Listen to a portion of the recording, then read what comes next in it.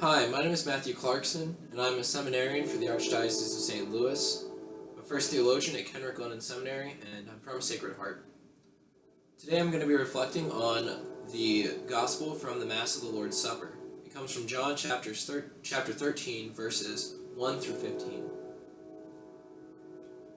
Before the feast of Passover, Jesus knew that his hour had come to pass from this world to the Father. He loved his own in the world, and he loved them to the end. The devil had already induced Judas, son of Simon the Iscariot, to hand him over.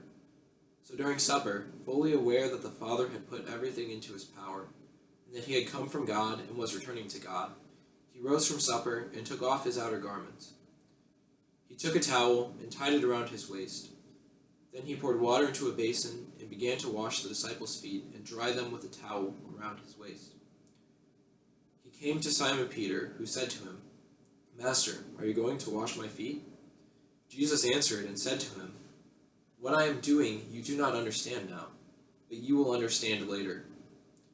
Peter said to him, "You will never wash my feet." Jesus answered him, "Unless I wash you, you will have no inheritance with me." Simon Peter said to him, "Master, then not only my feet, but my hands and head as well." Jesus said to him, "Whoever has bathed has no need except to have his feet washed, for he is clean all over. So you are clean, but not all." For he knew who would betray him.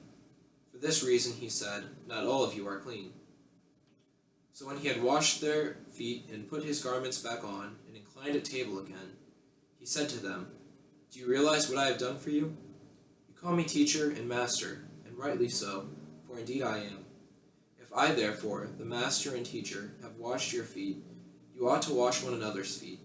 I have given you a model to follow, so that as I have done for you, you should also do." The Apostle John says that he loved his own in the world, and he loved them to the end. Typically, when I think of this, the first image that comes to my head is the image of the passion and death, the suffering of Christ on the cross for all of us. But as important as that is, it's the central truth of Christianity. There are other ways that Christ shows his love for us. And St. John does such a remarkable job of this by showing, immediately following this statement, the washing of the feet of the apostles at the Lord's Supper. Jesus loves us in, yes, the big way of the cross, but also in little ways that sometimes can go unnoticed. And so that's why he washed the feet of the apostles. Now, it might not seem like the washing the feet was really that big of a deal, but in Jesus' time, washing the feet was reserved for servants, not only servants, but the lowest of the servants.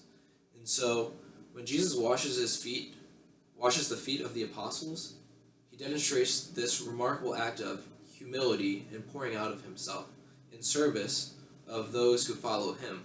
He's the master and the teacher, which is why Peter objects to Jesus washing his feet. He asks, "Are you going to wash my feet?" And then he follows up and says, "You will never wash my feet." Because Jesus has this dignity as a teacher and a master that Peter sees this washing the feet as some sort of obstacle to, some sort of it's not his role to play. It should be for the servants.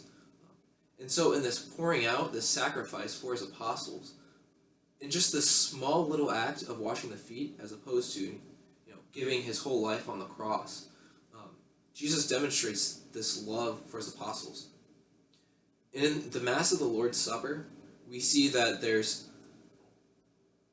in the tradition of the Church, there has been what's called the mandatum, which at the end of this, Jesus says, "Go and do likewise." And so the priest washes the feet of a group of people at the Mass of the Lord's Supper. And in the liturgy, the priest acts in what is called in persona Christi capitis. This means in the person of Christ the head. In a way, this means that Christ is acting through the priest. It actually makes present Christ's action through the person of the priest. And so it sort of brings us back to this gospel passage of Jesus showing his love for the apostles by washing the feet, and now we see Jesus showing his love for the church by washing the feet of the people who make up the church. And so, as this Holy Triduum is beginning, I just want to encourage you all to, Christ showed his love for the apostles. He shows his love for us now in these little ways, these intimate, personal, particular ways. And so, what are the ways that Christ is showing his love for me throughout this time we're living in, this time of panic, of fear, of terror, where there's this coronavirus is rampaging throughout all of the countries of the world. But in focusing on that, we can lose sight of things. So what's really important is, how is Christ loving me?